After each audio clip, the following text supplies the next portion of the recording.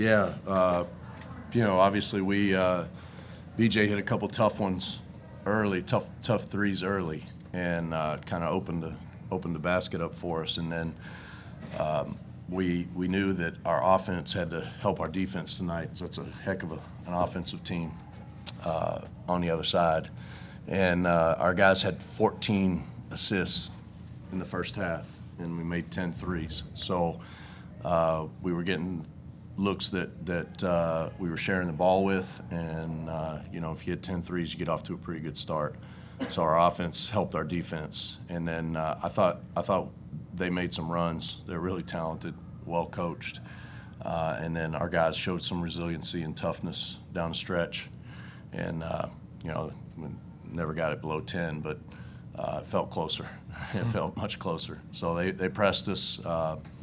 We weren't perfect in the press break by any means, but we handled it, moved the ball, managed the clock better than we have, and proud of our maturity at the end game. Where you had been bringing And by the way, BJ had a pretty damn good game. Thank you, Coach. Yeah. Speaking of him, you had been bringing him off the bench for a while. You brought him back into the starting lineup last game. What went into that decision to start him again? I was selfishly trying to win the most points off the bench in the entire country. But I knew BJ really wanted to start, and obviously he deserves to start.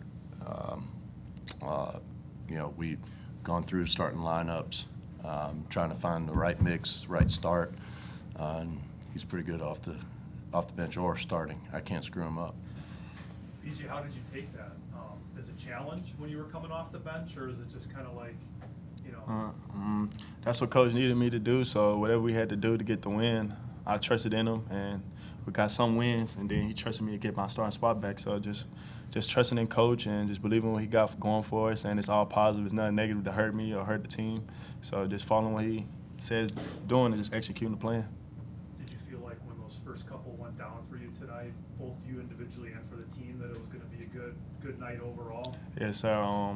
Every time I hit that first shot, I just feel like it's going to be good, and then it just carries on to the team too, because once I start hitting those shots and just leave everything open, and KP hitting shots leaves shots and stuff open for me, especially with Keith getting down here, attacking like he does, and just getting down here and creating for others. So once that opens up, it's going to be a good offensive game for everybody. You're known for your shooting, obviously, but the 11 assists pretty impressive too. Is that something that just kind of came within the game, so to speak, that there wasn't any sort of game planning or anything to, start looking to distribute a little bit more? Yeah, I knew if I was when I was going to attack, they was going to draw two on me, and so it was going to leave either shooters or that dump down to Mild or Moses wide open. So just following, like I said, with coaching them and just following the game plan and just executing it. BJ, with 7 minutes left, you did the thing again. This is my city, the catchphrase trademark officially now, or? We'll see. Just keep it going. I'm just trying to win. Get some merchandise. Yes, sir. BJ, what about the excitement that you sense? Is it pretty palpable around campus? The fans are starting to come in here now. People are starting to notice. What's it been like from the time you stepped foot on campus to now in terms of people paying attention to the program? It's been crazy. We finally got the fans out here happy to see us play. Coach London doing a good job on Twitter. Everybody doing a good job blowing us up, tell us to come see us play, and just to execute for them, for all the fans, and just give them what they want, giving them a show. Just happy and a blessing, really, just to have those fans out here and just bring Milwaukee basketball back. And hopefully January 23rd we start classes again. So we haven't had students. So when the students come back, we're going to be on the road, but hopefully that next week, get some students. Just how gratifying is it, Bart, to see the way things have all kind of fallen into place? I mean, I don't know what your timetable was or what you were thinking, but it's happened in a really short amount of time. I didn't have a timetable. Still don't.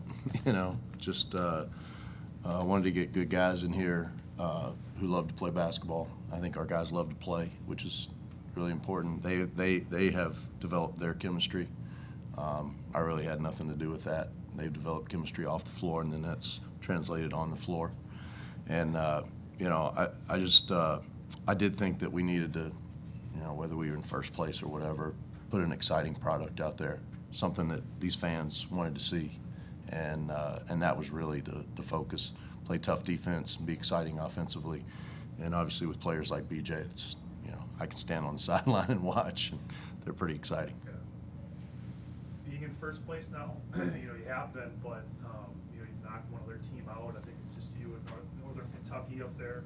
Does that change anything for you guys? Same mindset, same grinding mentality? Is that, you know, how you guys look at it? You just took my postgame speech. No, we talked about handling success after the game. We talked about you know, they had one of the assistant coaches that I know came through the line and said, "We'll see you again." You know, not very sporting like, but that's what we have to understand is, you know, people, whether they have taken us lightly or not, then we're gonna target on our back now. Nobody wants us to be successful. They want us to be ninth, and that's what we were picked. That's what they want us to be. So we talked about Monday. We lost to Wright State last weekend. Monday, they really played exceptionally hard, and we played for a long time on Monday. We just played, and we've got to keep that grinding mentality.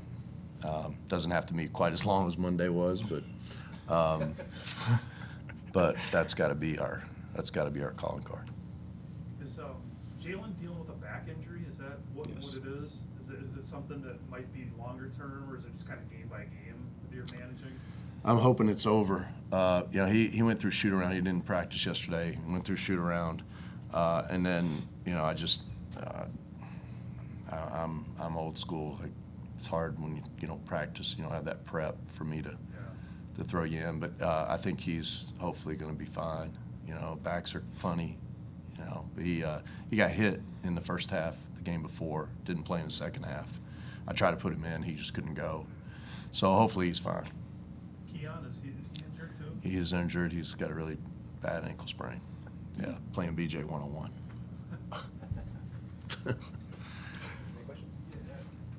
You said, you know, you get a target on your back and maybe teams take it lightly. I'm guessing, like most coaches, they'll look at this film and some of the things you were able to dominate in today, I mean, you took control. Tougher the second time around when you go down there. Yeah, but you know, as a coaching staff, we're going to take pride in making our own adjustments as well. You know, I told our staff before this game, I said, you know, this is a team, you know, obviously we're going to see them a second time, but possibly a third time. Let's learn as much as we can learn tonight.